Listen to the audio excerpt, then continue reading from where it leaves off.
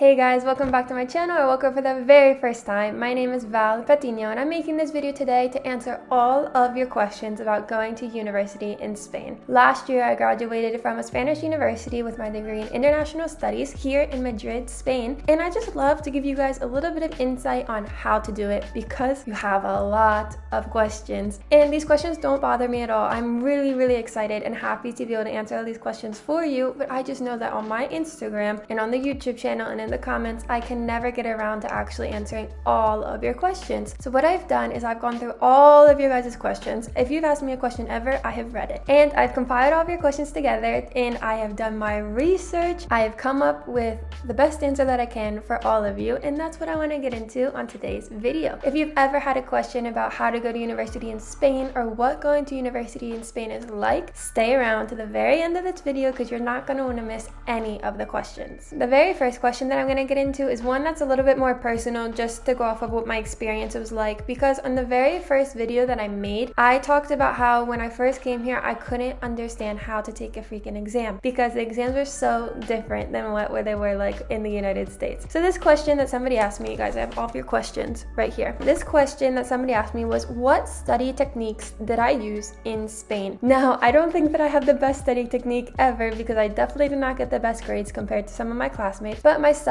technique was to memorize. There was nothing else I could do other than just sit down, make sure I wrote the best notes, and I memorized every single thing that I could, because what a long answer essay in Spain is expected to do, you're expected to write down every single fact that professor has ever told you. So my technique, purely memorize and get good at memorizing. Another question to do with just class life in general in Spanish university was, what should I tell somebody to expect to be difficult at a Spanish university? I think culture is always going to be something hard to get into if you're an international student coming to a Spanish university. Culture is something that's going to be difficult no matter where you come from, and just getting used to having to make friends, learning the language, getting used to what life with the professors is like. But maybe on a studying level, I would just say that the exams will be very difficult, and to get used to not expecting to get 100% on everything. It's difficult to switch your mentality into what Spanish university is like. So your mentality should be, do your best that you can, but never expect to get a 10 out of 10, because that's probably not just going to happen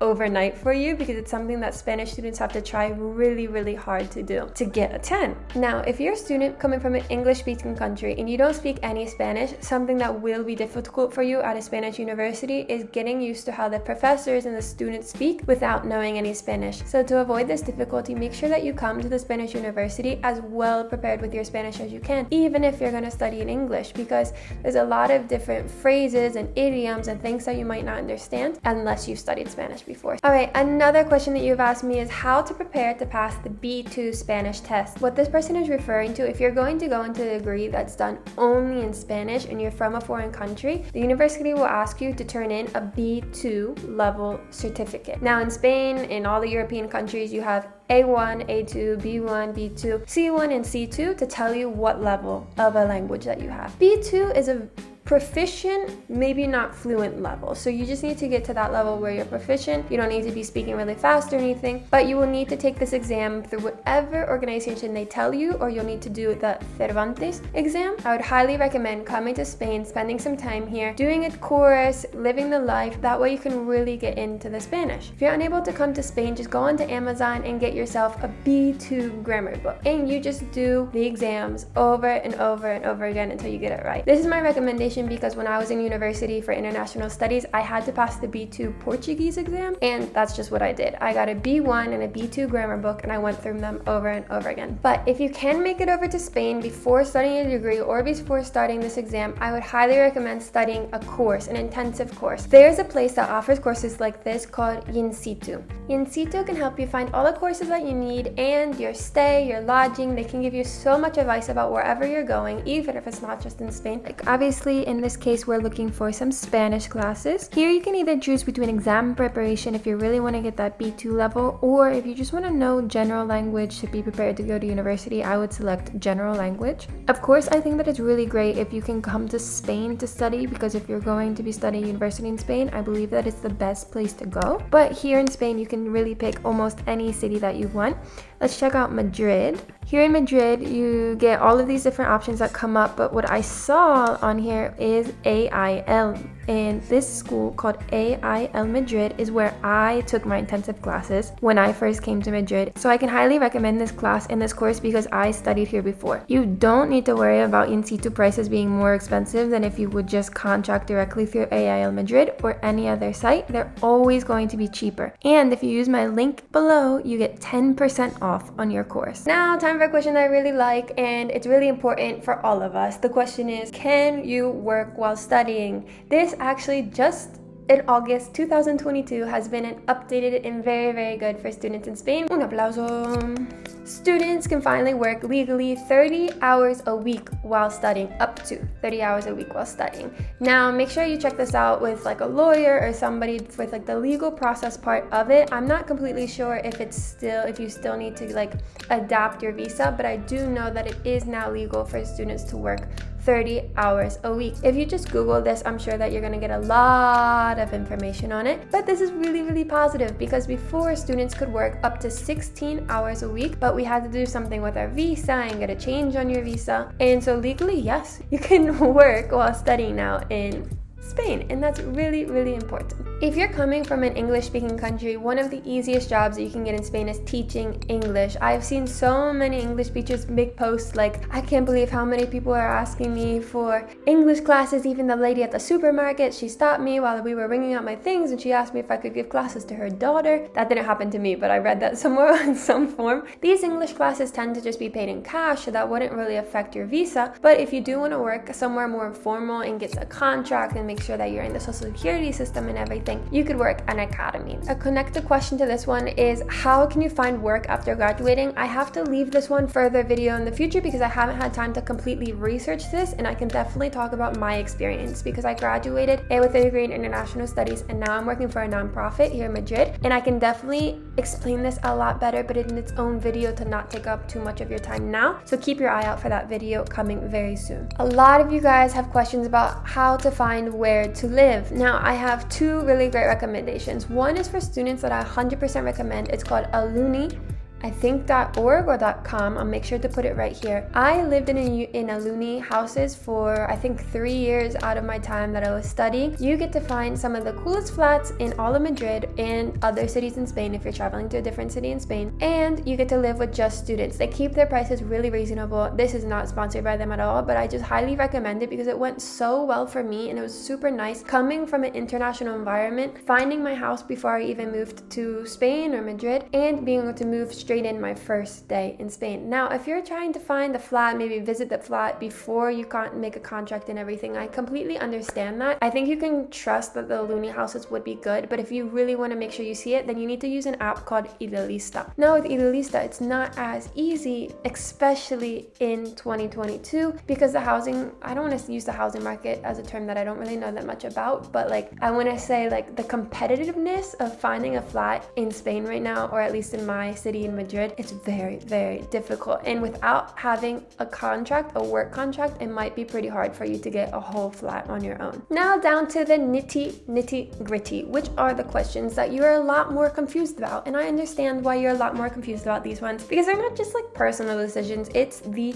how the heck do I actually make it happen legally and on paper and all of that. The first question that takes us to like the very, very beginning of the process. Do you have to finish high school first before you start the process of getting into university? I'm going to start speaking a lot slower now because I don't want you guys to miss any of the details that I'm talking about because this is very important. The short answer is yes, you do need to finish high school first. Unlike in the US, if you are applying to college, you apply in the last year of your senior year of your fourth year of high school in order to get into college as soon as you're done and go in the fall. What happens here is that if you're coming to Spain as an international student, you need to do something called the homologación.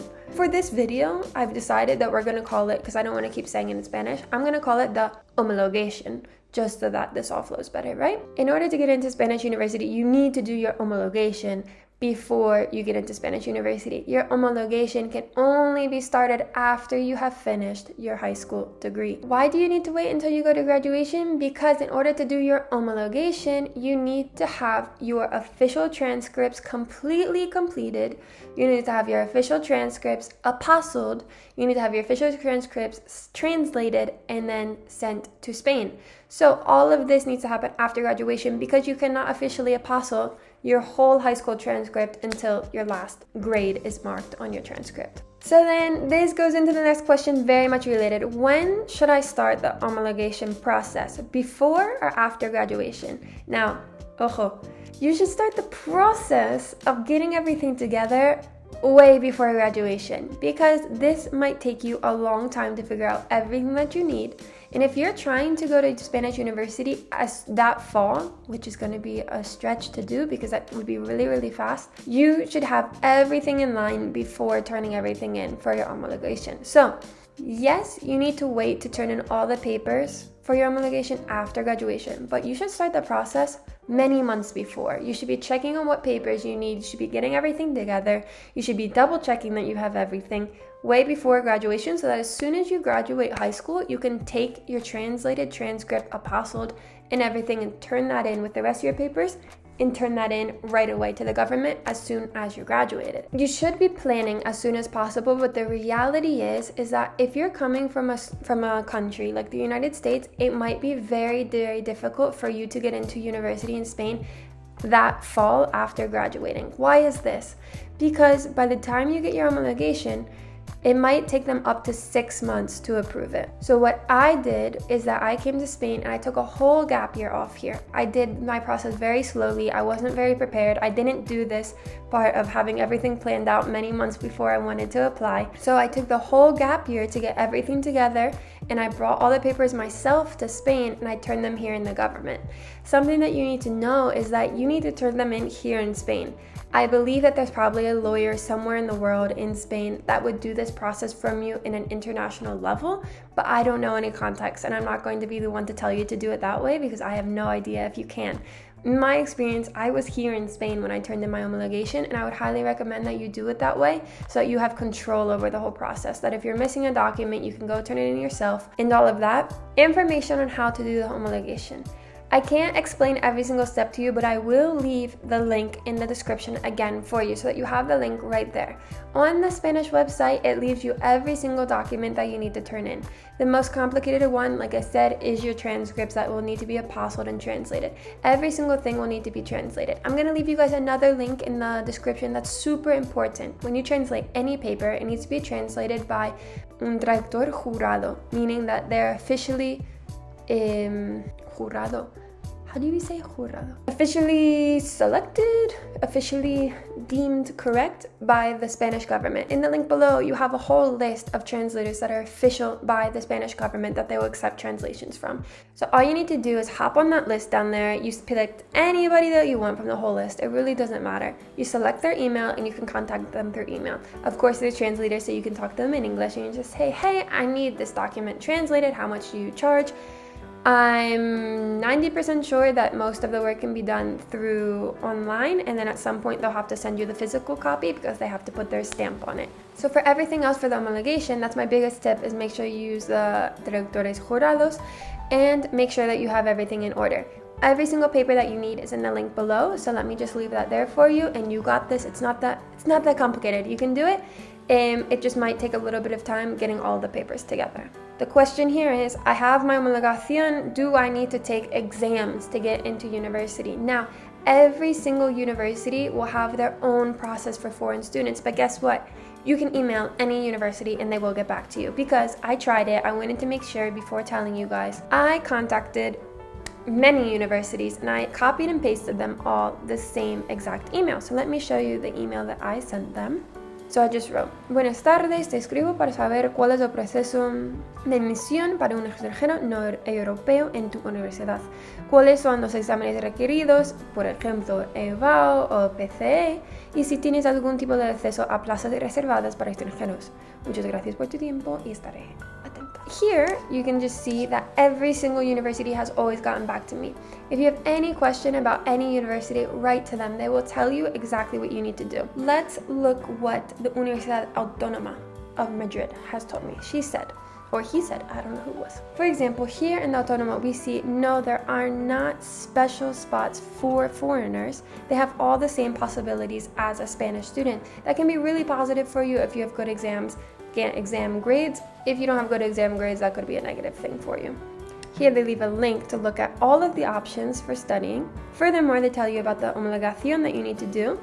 And then furthermore, it tells you about the prueba de acceso that they're asking for you. Now, here they leave a link which is super important, which I wanted to tell you guys about, which is called UNED Asís.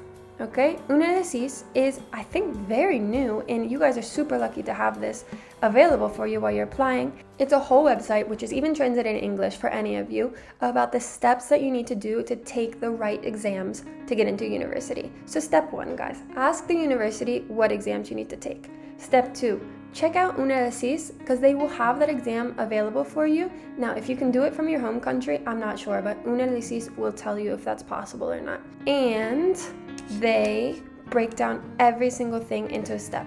Here we see apply in 6 steps. Plan your application is step 1. Ask the university for more information. Hey, that's my top tip. You need to gather and prepare your documentation, which would be your homologación. And then you can apply online to your exams. You can submit your documents, and then you can request admission.